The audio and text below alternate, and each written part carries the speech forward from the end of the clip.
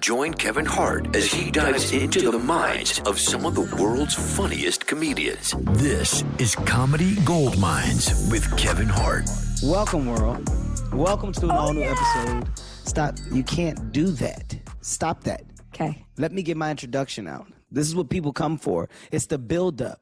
Let me give them the build-up before I tell them who's here. What's the build-up? You're all over the place. There's no build-up. You're on TV. You're on the radio. You're on podcasts. You're on commercials. You're on. I mean, so what's building up? Nothing, because anywhere you look, there you are. So there's no build-up. Okay, this is a different version of me. What I'm doing is giving people different pieces of me.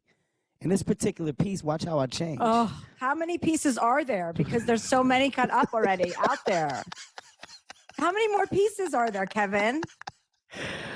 Ladies and gentlemen, this particular guest is not only a friend, she's like a sister. I mean, God, comedian, author, actress, personality. I mean, the list goes on and on. Asshole is in there for sure. Chelsea Handler is on Comedy Goldmines today.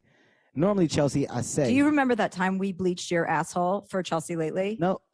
No, you did. You never bleached my ass. What are you talking about? Yeah, we did. We bleached your asshole for a bit for Chelsea Lately to see. Yeah. No, Chelsea, that wasn't me. I was there and I was the doctor. No, Chelsea, you never did that. Okay, and bringing up Chelsea Lately actually is a great segue into this relationship, because I know people want to basically go and say, how do we know each other? How are we close? Why would Kevin even talk to Chelsea Handler? Why is she a friend?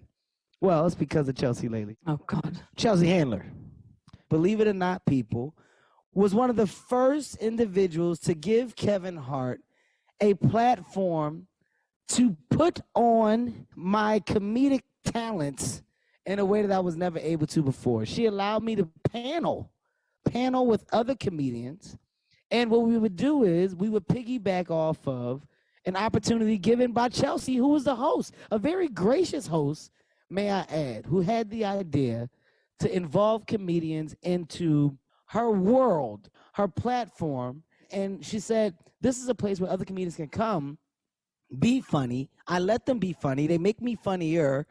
We have a piggyback. We build a relationship, more importantly, a rapport. But what she didn't realize is that she was making careers. Chelsea, now that you sit in the seat that you sit in, do you look back at the days of Chelsea Lately and realize how many comedians' lives you honestly helped change? How many comedians you actually gave financial stability, especially into a place where, I mean, you know, like anybody else, the money comes very far, few and in between. Do you have any idea the number of the comedians that can go, holy shit, Chelsea Lately gave me road comic life? Has that hit you? Oh, well, that's so nice, Kevin. That's so nice of you to say. You know who tells me that all the time? Joe Coy. He tells me that all the time. And I always get so embarrassed, not embarrassed, but I just don't even think of the show in that way. But of course, when I look at Tiffany and you guys, and I remember the first times you guys were on the panel, and Fortune Feimster and Joe Coy, and looking at all of your careers. Yeah, it's so heartwarming to see that all of you guys have made such huge successes out of yourselves, and that I had something to do with that, you know, that I was smart enough to see the talent in all of you. I remember when Tiffany came on like on Chelsea Lately, E was like, they would call me every day and try and get me to, you know, bleep this or not say fuck, shit, piss, whatever I was saying at the time. And I would always just tell them to fuck off, you know, like I had no respect for them. And I would just kind of abuse my power in that situation. And when Tiffany Haddish came on, and she was so dirty, dirtier than I ever had been. Like, she was just saying cunt and pussy and stuff like that. And I was like, oh, I loved it. You know, I was like, yes. Like a Black woman talking like this on television, like that's what I wanted to see, you know? And so E had, of course, was like, no. She's too dirty. I was like, no, she's not. It's perfect. So anytime I had her on, it was like a hassle, you know? But yeah, of course. And it's nice to just, thank you for that. I mean, it's nice to think about it in that way. Of course, you don't think about yourself in that way unless you have your head so far up your ass, Kevin. And you know, because your head has been that far up your ass. Multiple times. Well, before I know that we're going to go down the asshole train. So before we do go there, I felt that it was a need of mine to say, well, let me start off on a good track. And the good track is definitely just you're a comedian's comedian, right? And I say that because any comedian that provides any opportunity for others, well, you're a comedian's comedian because you know the world and the road that comedians go through. So for that moment, that show, that act as a stepping stone for so many. And I'm gonna tell you what's funny, Chelsea. I remember when we finally clicked on that show. Like you had me on a couple times, and I remember when I finally understood how to take over in those moments given to me on the panel. And it wasn't just about the little opportunity to comment on a piece. It was the back and forth with you. And when I discovered that, I said, oh, the gold here is to get Chelsea to go back and forth with me. When I can get Chelsea to go, what do you mean by that? That's just ridiculous. No, it's not, Chelsea. It's not ridiculous. And when we had a conversation, well, that's where the comedy really came from. Because it showed that, oh, wow, she really has a relationship with some. And as the consistency, started to take place, our dynamic grew. Our relationship, of course, grew. But I learned a little from you there. And it was to be a great host, you got to understand how to let others fucking shine. It makes you shine more. Yeah, absolutely. I would agree with that. And I thank you again for that very nice compliment. But I think the world of being a stand-up comedian, you're used to being on stage alone, holding a microphone. It doesn't occur to you to share that light because there's only enough light for you and your microphone. The very reason we're up there is to not share light. You know what I mean? Otherwise we'd be in a fucking band. So when you can think outside of your own, well-being and realize how kind of, easy my road has been, it's easy to share, but it's a good demonstration for other people, who have a hard time sharing. Like everyone reaps the benefits, when the tide rises, all the boats sail with it. So it's like, remember that for all people listening, to do that in every aspect of your life, because it yields better results, and lots of love and good vibes. Now, Chelsea, I mean, look, the Chelsea Lately show was definitely a hit. You, like we said, you had so much success there. But what was before that? What was Chelsea's road to success before that? It was before OnlyFans was OnlyFans. Okay, I started that. Yeah, I launched that. And I was basically the CEO and CFO of that company for about 15 years. And then I started Chelsea Lately. What was the road from when? From what? I mean, first of all, I want to know where you're from. Where are you from? Livingston, New Jersey. Livingston, New Jersey. East Coast girl. I love it.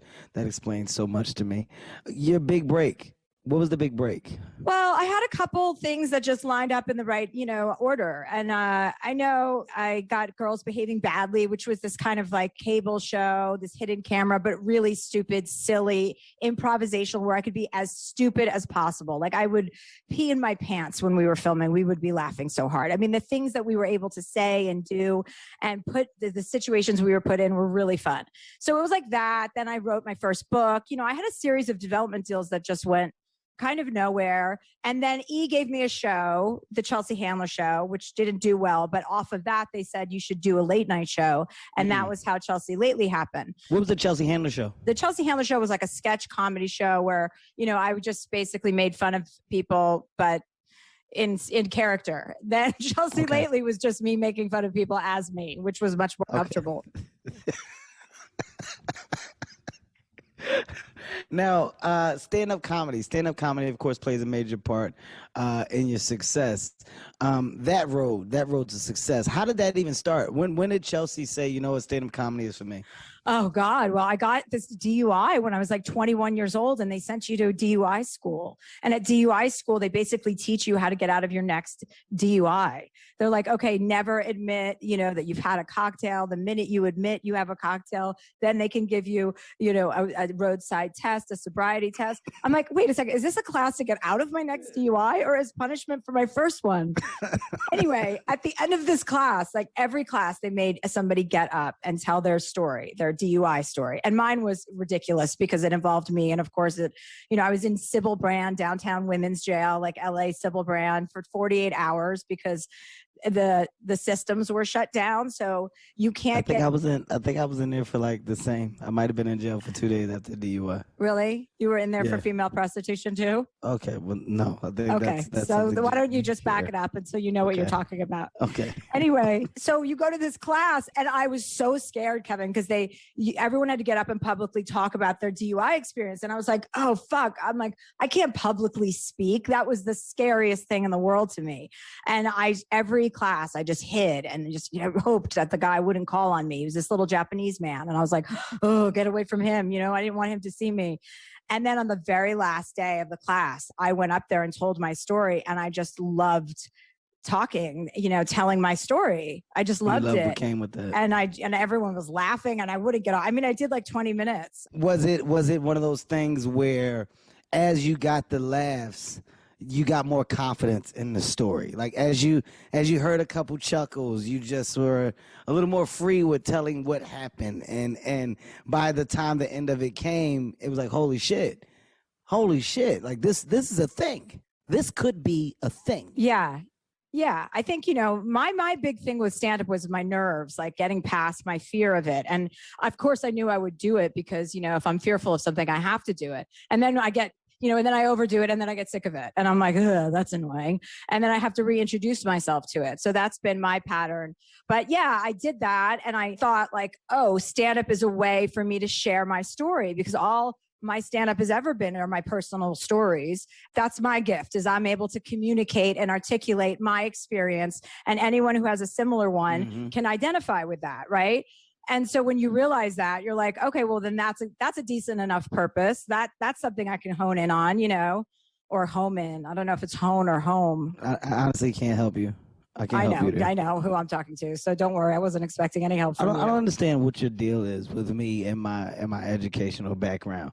You mispronounce a couple words around you, and all of a sudden you're just judged forever. Yeah, you know what? I have a really high standard of use of language, and I feel like people you shouldn't use trendy language and say words like anyways when it's anyway is the word. There's no reason to add an S. Who the fuck are you to say that? You don't know. You don't know what I can say or why I say it. You can say whatever you want to say, but I don't want to hear about it. Like, I don't want to hear people say 100%. Why? Correct. I'm dead. I don't like trendy language. I think it sounds really stupid. You know what sounds stupid? You not liking trendy languages. That's what sounds stupid. Because let me tell you what's in right now. Yeah? 100%. Yeah, 100% is out. It's on its way out. It's over. It's been replaced by correct, and obsessed. That's what people say. I would argue that there's a lot of people in mental institutions that would disagree with your meaning of the word obsessed. Well, you know what? Let me tell you what. Dead. Let me tell you dead. what. That's what people say now. I'm dead. I said it to my wife the other day. My wife said something to me, and I laughed. And I was like, I'm dead. Well, are you dead? For our listeners, just in case you guys aren't up to speed on the lingo, I am. That's because I'm in the in crowd. I'm dead. Basically is my way of saying this was so crazy and so funny to me that I basically feel like I'm dead.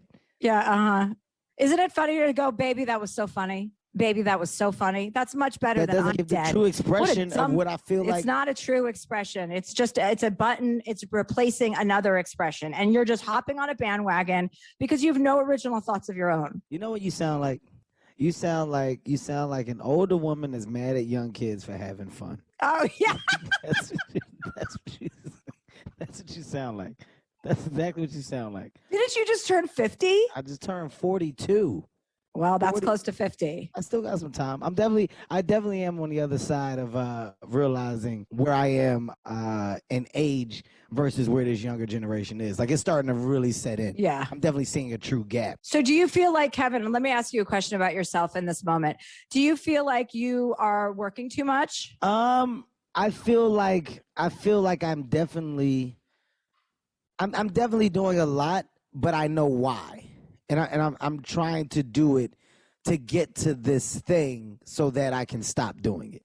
Like I'm like there's a goal at hand, and within this ecosystem that I'm creating and this brand and this company and the personality, it all fits. But for it to kind of be complete, it has to get my 100%. it has to get it. That's actually the correct usage of 100%. That's fine, the way you said it. So good for you. Who the fuck are you to tell me that? If I want to use it wrong, Chelsea, that's my choice. Yeah, it okay? is a choice. No, it's your choice. I'm just reminding you of your choice. And stop whining. Well, it's not whining. What is when that I get frustrated. When I get frustrated, my voice gets a little high. When I get frustrated. Yeah, a little bit like your son when he throws a tantrum.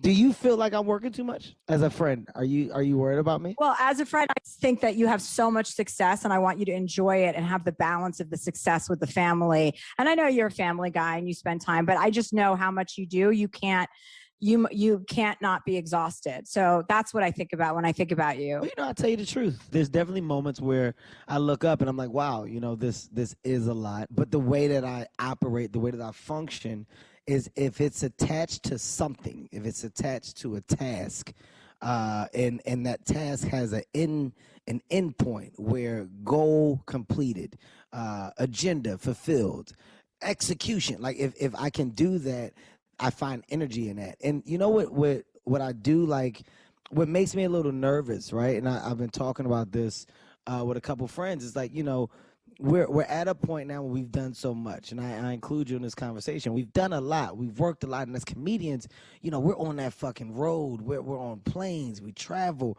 We're in hotels, and you get to a point where you do start to really think about sitting down, right? But my fear is when you sit down, if you don't have anything to do, what does that do to you? What does that do to you as a person? What does that do to the mind of a person that's used to being on the go and always like in the place of I gotta, how do I? Like to have nothing and to just be okay with that. My fear is I don't know how long I'll last in that. Well, you don't have to have nothing. You can just not do, you know what I mean? It's not about one or the other. You can, and also when you have it, so you're talking about it like it's based in fear. Like you're fearful even thinking about that instead of thinking like, oh, wow, that's another adventure. That's a whole other adventure. Anytime I've taken a time out, it's like, I look at that as a huge adventure for me. I'm like, okay, soak this in now, because when you're going to go back and focus, I'm going back on tour for my Vaccinated and Horny tour, and I'm in a completely different headspace than I was the last time I went on tour. I used to party, be wasted, and whatever. It's like I can't get away with that behavior anymore. I'm 46 years old. I have to be sharp. I have to be like clear-headed. I have to treat myself in a completely different way. And even though it's like, oh, I know it's so important for me to focus on one thing at a time for me. I've learned that over the years, that the less balls I'm juggling, the higher quality I put out. Well, wait a minute now. Jesus Christ, Chelsea. That's your personal business, and I don't think that in this podcast. No one talking about we don't need Kevin. to know. No one is talking about your balls, and no one even referenced balls. But that's what was wrong. You just said I'm juggling. I can't manage a lot of balls. Anytime a man hears juggling, they have to immediately go to their balls. And let me just remind you, I have been on record for the last 20 plus years talking about my wish for men to shut the fuck up about their balls. Don't ever bring it up. I don't talk about my balls. If we want to know about your balls, you'll hear about it. Well, I got no problem telling you about mine. I don't have attractive balls. I don't have good balls. That's why I don't talk about my balls. Okay, well, my wife will tell you, honey, do I have good balls? Spoiler alert. I have. Nobody thought you had good balls, Kevin. Nobody. Well, first of all, nobody was like, hey, Kevin Hart must have great balls. Why wouldn't he? What man brags about their balls? I've never heard a man. You just immediately brought balls up. All I said was juggling. No, that's not what you said. You said your exact words were, I found that I'm at my best when I'm not juggling a lot of balls. That's when I put out. Now I don't know what the fuck you were talking about. And your takeaway from that sentence is to talk about testicles. So that's exactly the difference. If I didn't know you, then I wouldn't think like that. Knowing you makes me think, well, I know Chelsea's talking about a crazy night. Knowing you, yeah, that's right. the only reason why. Now that you clear it up, well, that's out my head. But I only thought what I thought for a second. This is gaslighting is what's happening right now. You're gaslighting me. Don't you try to use a fucking term like that on me that I don't really know what it means yet. Okay, and when I do find out, you better believe I'll come back to you with something. Okay, gaslighting. I ain't gaslighting nothing. I ain't never set no gas station on fire. Never have I ever. Never have I. God, oh my God. Oh my God. You're a dad. You have dad humor now. Talk about headspace. No, you're talking about you being in a good headspace. Oh, we're talking about headspace. I thought you were talking about headspace. You're probably doing work with them Actually do. too, aren't you? Actually Yeah, do. you are. I Aren't you? actually do. Actually, they're my partners. I want to talk about what you just said. I want to back up. You said something that really got my attention. You said, a new adventure. You said, Kevin, that could present itself to be a new adventure for you, and then that you can find some new joy. You shouldn't be afraid of that. And I like that. Instantly, I grabbed that, I held on to it, and I put it in my pocket so that I can revisit it later. For you, right? And you're talking about going on a new tour, the Vaccinated and Horny tour. Are you excited more about comedy today than you were yesterday, with the state that comedy seems to be in, and with the obstacles that have presented itself to kind of be in the way or not be in the way for some comedians? What's your take on that now and your feeling? I mean, I think it's a good time to be a comedian. I think listen, I like parameters. I don't have boundaries. So if somebody tells me I can't say something, I'm like, okay, great. Thank you for giving me a real set of boundaries, because otherwise I'd go off the rails. So I'm all on board with respecting people whose feelings have been hurt for years and years and years. I'm on board with that. I think the key to all of this is not resisting change and accepting it and going with the flow and getting more clever and sharper about your material instead of going after the obvious. But right now, the obvious target is middle-aged straight white men who don't seem to get the fucking message about what's going on. That's an easy target, but also worth discussing, because there's a group of men who think they're woke and liberal and they get it, but they still don't get it. They still don't understand, because even women are having a hard time understanding it sometimes. This structural, systemic sexism isn't something that can just be undone because we've identified it. We have to talk about it, and we have to explain to men, I would say mansplain almost to men, exactly why it's so important to pay attention in this fragile period. It's for all marginalized groups, but it's also specifically, a movement about women. And it's important for everyone to just pay close attention, so that sooner we can all get through it, the sooner we can get past it. Instead of making it a conversation, it almost feels like it's becoming a war, and it should just be a conversation, right? That's a great point. The fact that it has warlike tendencies when it comes to debate and difference is insane. And what you said is true. It's more of it's an understanding, and it's one that we shouldn't be afraid to embark on. Like this, I can say, with the things and the shit that I've been through, the best lessons are ones that you can truly say you've learned from and that you grew from, right? But I think that everybody has to be open to saying, well, I don't know everything, and I do need to put myself in a position to learn more so that I can probably receive more and do better. And I think that goes with men and women. You've done a great job though, Chelsea, at being a comedian, but also not being afraid to use your voice. You're very vocal when it comes to politics, when it comes to your stance, when it comes to your feeling. Do you find that that's something that you have to kind of, I guess you could say, navigate correctly? Or is it one of, this is who I am, and when my feelings are this, I say it. It has nothing to do with this or that. I'm a comedian, I'm a personality, but I'm also a person that knows right from wrong, and here's what I feel. How do you make the decision when to be vocal, and at what level to be vocal at? Well, I don't have a lot of foresight in these things. I just kind of act on my emotion and how I'm feeling at a time. And it's very easy for me to be loud and stand up for something when I think something is wrong, right? I take a lot of pride in that part of my personality. I'm never going to be the person that's not going to say anything. In my stand-up, I tell the story about going to dinner with Woody Allen and Soon-Yi Previn one night. And I was I was at this dinner. It was Prince Andrew, Katie Couric, and Soon-Yi Previn and Woody Allen, and I'm just at Charlie Rose, and I'm like, I'm not going to be a person that's going to sit at dinner with Woody Allen and not say something. I just can't be. Wow. I can't be that. So I waited. What did you say? What did you say? I waited. Oh God! Oh my God! Until dessert. How many courses? It was a long dinner, courses? and we had a dessert.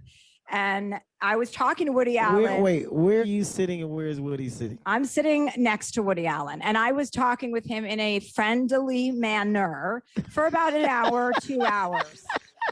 And then when he was taking a bite of his pie, I said, "So how did you two meet?" Oh, God.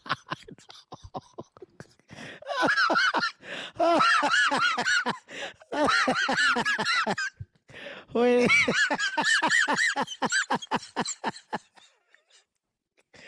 Wait a minute. And the pie flew out of his mouth back onto the plate. Suni Previn was a little bit out of it. She didn't really catch it. He caught it, and then everyone else caught it. And then Katie Couric looked at me and she said, "Chelsea, I think it's time for us to go." And I said, "Great, I'm ready." Estoy lista, I said. Oh, wait a second. Wait a second. Oh, fuck. So that's how I feel about politics and activism is I'm not going to not say anything because too many people didn't say anything. And that's why we have so many problems in the first place. So I know people get annoyed with my political activism. I know I'm loud and, I'm sure it's gotten me into trouble, but I have to be honest. Like if I don't say something, then I won't be able to live with myself. Has there been anything that you have said that you have that night after you replay in your head and go, whoa, I might have taken it a little too far on that one. But and that one? No. With him? No, not that what I'm saying. Another give night. me an example of one that you said and in the moment you're great, but then later you're like, oh shit. Yeah, no. I've definitely said some things that I can't think of them because oh God. Oh, I've said so many things where I'm like, you wake up in the morning, you're like, oh shit, what the fuck did I do now? That's a regular with me. But if in moments like that, if I hadn't said something, I would have been so mad at myself, and it felt so good. I just sailed home that night. I just was walking through New York City, like with a parasol. I just felt so incredible. By the way, if I had been invited to that dinner and I get there and I look at those names and I see you at that table, you're on leaving. My kids, I'm leaving. Chelsea, on my kids. Listen, that's so funny. So true. I am going, and Nico's going to go, why aren't we going? I said, you would thank me in the morning. We're out. We're out of here. I will say this, though, to my listeners. Chelsea is probably one of the most fun people because of that reason. She's extremely outspoken. She's honest, but she's personable. And she has this thing that you don't come across often in the business that we're in, which is just real. She's real.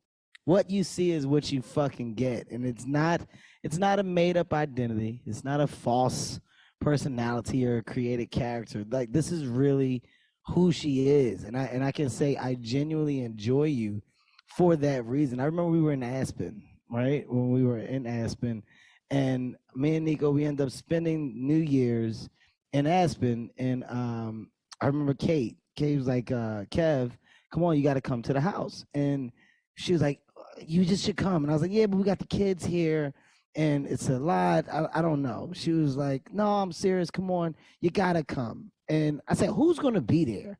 And Kate was like, Ollie's going to be there. She knows I like Oliver. And she goes, oh, God, Chelsea's in town. I said, what? Is Chelsea coming? And I immediately hit you. I said, you going to Kate's? And you was like, yeah, I'm going, bitch. Are you going? And that was enough for me.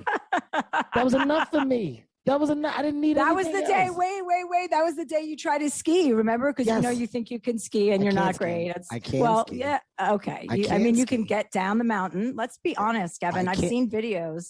They're not great. I don't have to be a professional at everything. Oh, really? Since when? Well, that's the thing. I think people's expectations. I have a funny story about you I'd like to share with your listeners. So at a certain point, should I screen this? During the show, at a certain point during Chelsea Lately, I remember the bookers came and they're like, Kevin doesn't want to do the round table anymore because you had done, I think, your first big movie. And they were like, Kevin wants to be a guest now. And they were kind of like rolling their eyes like, oh, look, he's getting too big for his britches. And I was like, oh, I go, well, good for him. Like, way to say I'm not going to be on the round table anymore. I'm going to be on the show. And then you were on the show. So that was a cute move that you did. And I liked it. I respected that. You're setting yourself up for success for listeners, right? And then the next time you were on my Chelsea show on Netflix, you came out and my dog was barking at you and you called my dog racist. And very racist. Yeah. Dog. And that was a moment that I'll never forget because I peed a little bit that day from laughing so hard. Very racist fucking dog. The dog, I saw that dog look at everybody on that goddamn set and not have a problem. My little black ass approached that goddamn set and that dog went off. You know, when you walk that it's a little bit like jerky, like kind of. What is that? You know, what? Like electrocutional style, like. What does that mean? Like you have a spark and so you're moving in a way that could be alert, you know, that could alert animals. I can't fucking stand it. You move with a spark, a fucking spark. I want to know this, Chelsea. For me, and I never asked you this. Smile, Kevin. Smile, Kevin. I'm taking a picture. No, that's not a smile. Did you get it? Because I gave a good one. Just take the fucking picture. Why can't you do it like that? No, that wasn't a smile either. Smile. Smile like you're at the Olympics. There's a good one. Here's a question. Who inspires Chelsea? Who does Chelsea look at in the business, out the business, whoever? Who inspires Chelsea? Right? Like, comedian, I mean, just, are we talking personality, actress? Who does it for Chelsea Handler?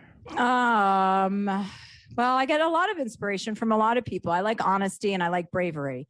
I love Amy Schumer because she's brave and she's honest and she's out there. I love Amy. And she's the best ambassador for almost everybody. You know, that is a person who posts for everyone's TV show and everyone's special. You know, she doesn't have to do that. And that's unusual too. So I love her. I respect that a lot. Friend of the show. I can say that. She's a friend of the show. I never could say that before, but now I can say that. Amy Schumer's a friend of the show.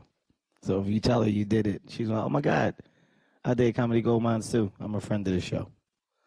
So go ahead. I think that was it. Is that it? Just Amy Schumer? I mean, I guess if you're going to interrupt like that after each one, then, yeah, I don't have. I don't know how many are going to be friends of the show. Well, I was going to say a couple, and then I hope they haven't been on the show if you're going to do that, though. Like, do you have a list of the people that have said no, and I can pick one from that list? I don't think nobody said no. It's a big deal. I respect Sarah Silverman a lot. Oh, she's nice. She's a friend of the show. Has she been on the show? Yes. No, she hasn't. Yes, Has she? Has. I was trying to pick somebody I didn't think had been on the show.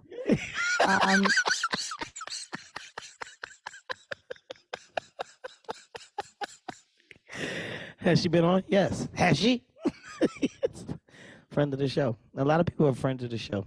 You know, it's good, though. It sounds like it. It sounds like it. So I'm just going to not name any more people just to cut this conversation a little bit shorter. What else is next, Chelsea? You're doing your tour. What's after the tour? You love goddamn books. You love writing books. I mean, is another book in the plans? What's going on with you with acting? Oh, well, I was so bummed. I wanted to do this Netflix movie, this book movie, Ivy and Bean, that my nieces love. I was going to play a principal teacher. I said yes, but now I have my tour. I have my first date is in Santa Barbara and it conflicts with the movie. And because of COVID, I couldn't go back and forth. So I was going to do a movie. I want to do a movie with you or Joe or one of you guys. Don't fucking threaten me with a good time. Where I'm yelling at you. You got to look out for good roles for me with you that we can have fun in. I don't think we've ever missed on camera. You've never missed. Well, I mean, no, because if with me, it's a home run, you know, and then you, it's like, it's 100%. I can say with you, you just got a thing. There's a thing. And it kind of makes me upset that I don't see you on them or doing them more. And I know, you know, schedule and other things of the past, your show and stuff is, you know, that was the priority. But there is no world where you on screen just isn't fucking great. Like there's a thing that I just know that you have. And if put in the right position, you know, you just gotta, there's two people that I know that you would fucking just be and be amazing at. And when you talk about that yelling, that putting that anger on display, that anger that you got to keep suppressed a little bit, that you kind of control now, that you don't like that you have to control, but you can control it, putting you in a place where it's okay to fucking let it out. I would love it. I would love to do something with you, Chelsea. We're taking my last, but yeah, no, I would love to do something with you too. We're taking my last book, Life Will Be the Death of Me, and we're turning that into a TV show with me to star in. So that's one acting job that I'm excited about and ready to do, because before I wasn't interested in acting. You know, when you're with the talk show, you just have so much going on. I'm never like, I always want vacation. That's what I want. Like, I want my, like, I'm always looking for that. Like, everything feels like a responsibility or a commitment for me. Like, I'm commitment phobic like that. As soon as I'm comfortable, I like to shake it up, Commitment phobic. Is that a thing? Is that real? Yeah, I think so. Like, I don't like to sign deals that are like longer than a year or 2 years or do anything like that. Yeah, I like to be able to like hop and, cut and run if I want to. I want to be able to go live in Spain for 6 months if I need to, like go write a book there. I like, this life of like kind of leisure that I've been able to live. I mean, it's because of, because of taking breaks and actually saying, okay, this is actually a part of becoming happy, and this is part of my happiness, and taking that into account and not, burning myself to the ground helps me a lot. Stay grounded. Are you in a happy space now? I mean, I'm talking to you, so obviously, I'm elated.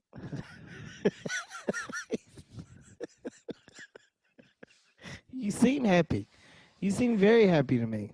I am pretty happy, Kevin. I have to be honest with you. I'm pretty happy that the last couple of years, like I've never felt more confident in my life decision-making skills about remaining childless and single than I have during the pandemic. Wow, that's strong. I mean, I was like, wow, I don't want to beat my own horn or toot my own horn, but beep, beep.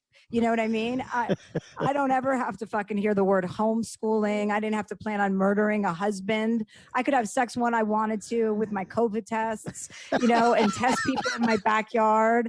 I mean, I had like the life of Riley. For the first 2 weeks, I just took mushrooms every day and just wrote material. And then I was like, oh, this seems like it's going to go on for a while. I better get my shit together. But like, being single is one of the best gifts that I've given myself and remaining single for this long. Because now if I meet someone and I fall in love, which is very likely, right? Mm-hmm. If I meet someone and fall in love, I'm not a little kid anymore who makes bad decisions. I'm an adult woman who makes great decisions. Like, I know good quality. I know what I care about. I know value. And I know, like, I'm smart enough, I don't doubt myself in a way I did when I was younger. So now if I meet somebody, it's not going to end in divorce as, wow, like it would have if I had done this when I was 30. I love that. I love that you're okay with saying that. Like, I think self-awareness is the best kind of awareness, knowing where your pros and cons are. And you saying things like commitment phobia and now being in a place where like you feel like you've done it the right way. And if that thing were to come, you would be able to handle it correctly. That's strong. That's strong. And you know what? I would love to see the man that signs up for this. I would love to meet him. I would love to meet him and simply say, buddy, you're in for fucking a world of laughs daily. And you're in for a goddamn adventure with a fucking person that is truly capable of keeping a smile on your face that you didn't know that you were capable of having. That's what a Chelsea Handler can do. And I can say that because I know it. I know it to be true. And I love that you are fucking unapologetically you. I said it before as we were talking earlier in the podcast, but even more just for you to say things like, yeah, well, I am single and I'm enjoying this part of my life and falling in love now, I would be able to do it right. Like, that's a dope thing to say. That's a dope thing to say and to be aware of once again. And I love that. I love that, Chelsea. I love that you said that. So for our men out there who are actively on OnlyFans, Chelsea has a hidden page. Is Chelsea_Handler. Not to be capital C. It's a capital C and a lowercase h. Capital. Not to be confused with the lowercase. Family, right? With your family, brothers, sisters, anybody? There's 6 of us. 3 boys and 3 girls. 3 boys, 3 girls. And is that where you get your fulfill for kids? Yeah, I've got nieces and nephews. My sister moved in. She invaded my house during COVID with her 3 adult children. One was 24, one was 21, and one was 18. And she's like, we're going to come down from San Francisco and stay with you. And I'm like, where am I going to go? And so every night I moved in with these kids, and every night they would have dinner at like 9:30. And I'm like, I purposely don't want to have dinner with children, you know, like ever really, maybe once a year on vacation or something, but like, that's not how I want to spend my time. I want to be with adults or be upstairs reading a book. I don't want to be having, you know, a family dinner. That's why I'm fucking single. And did you guys get closer? Did it bring you guys a lot closer together? I mean, yeah, we're. I mean, it was hard. It was really hard. There was a lot of crying, a lot of emotional stuff, you know, the girls. But what I couldn't understand was that my sister, I was like, these are adult children. Like, why are they here? I don't understand. Like, how long is the parenting going on for? And she's like, oh my God, it's for life. And I thought, well, that's another thing that nobody says. You know, people say 18 years. And then all of a sudden you're dealing with, you know, my 24-year-old nephew who's complaining about being horny in the middle of a pandemic because he can't get laid because of COVID. I'm like, are you fucking kidding me? I'm like, are you fucking kidding me that I have to listen to my 24-year-old nephew talk to me about how horny he is while he's preventing me from getting penetrated in my own fucking house? Are you kidding me? You compromise my comfort by coming here, Get out of my face. It doesn't stop though. You know what? Nobody prepares you for the shit that comes with fucking parenthood, man. Like, Chelsea, you know, I'm a family of goddamn 6 now. We got 4 kids. Well, whose fault is that, Kevin? Well, obviously mine, but that's not what I'm talking about. We don't need to point the finger at who makes the babies. We need to point the finger at what comes with the babies. And what I will tell you, when these kids start to grow up, it's different, man. It's different. And there is a scary side of they're gonna be out the house soon. And I can understand like the fear of a parent who's had that connection for years. You know, I don't know how 16 years flew by. My daughter's 16 years old. We're talking about college next year. Yeah. We're talking about college and where and dating and sex. Well, we're not talking about the dating. Well, you're not, but she's thinking about it. Well, I owe her a talk. I told her that we have to have the talk. And she actually, you know what she said? It's too late. First of all, she's already 16. You should have had that talk when she was 11. I can't even fucking tell you what she said. Seriously. I made a promise. I made a promise to her, and I said, don't tell us. I can't. I can't do it. But no one's asking you to, so just stop. I know talking that, about but it. I want her to know that I respect what she said, and I caught myself just now. You think she's listening to this podcast? Heaven listens to everything I do. Heaven is a daddy's girl. She is a daddy's girl. Okay. Hi, honey. Yes, you can say hi, and she's a fan. She likes you. She's a daddy's girl. She'll listen to this podcast and all the rest, and then she tells me how I did. See that? See that right there? That's what happens. Now, does my son listen to me? Absolutely not. My son still doesn't know what I do for a living. My son is. Why doesn't he look up and find out? Okay. All right. That's enough. Jesus fucking Christ, Chelsea. Family, Chelsea says, is not in her basic space at the moment, but what she is accepting and willing to engage in love if and when it comes. This is something that we learned today, and it was here on Comedy Gold Mines. That's breaking news. I don't know if you guys realize that or not, listeners, but it is. Chelsea, another question. As you see, I have tons of hard-hitting questions. Yeah, you're really prepared, well prepared for this, Kevin. Way to go. This is how you bring 100% to everything you do. I bring 100%. Matter of fact, I'm changing it to 1,000%. That's even worse. Why is it 1,000% than 100%? Because that's not really why. That's not that hard to think of. To go from 100 to 1,000 is obvious. Okay. I'm just saying it's all obvious. Okay. It's like writing LOL. Like, is that necessary to write LOL? If you're really laughing, aren't you busy laughing? You know what? You're an asshole. Okay, so let's just say you're an asshole. Okay, all right. That's what you are. You're just an asshole. On your tour, any comedians opening up for you? Who'd you take with you? Oh, yeah. I've got Sarah Cooper opening it for me at my shows at the Beacon in New York. And I've got this great girl, Vanessa Gonzalez, all women. Good for you. Good for you. Always. Some guy asked me on a plane like a few weeks ago. He's like, hey, could I open from you? And I was like, no fucking way, asshole. You think I'm going to let some white guy open for me when there are women that need experience going up in front of big, huge audiences? You really think I'm going to take a male opener? I love that. I love that. I honestly love that. I support it. How many do you have that you rotate? Is it just 2 or do you have like more? No, I'm trying a bunch of girls. I have this girl, Hannah Einbinder. She's from the show Hacks. She opens for me sometimes. She's awesome. She just opened for me at the Mirage. But yeah, I'm just trying out a bunch of girls. I want to just find out who the new comics are, like I'm as interested in, developing. I have a production deal where we try and develop for young voices that I love. So I'm always trying to find women, who haven't had the experience or the stage time and give it to them. That's so strong. And honestly, that's what I think our biggest strength is.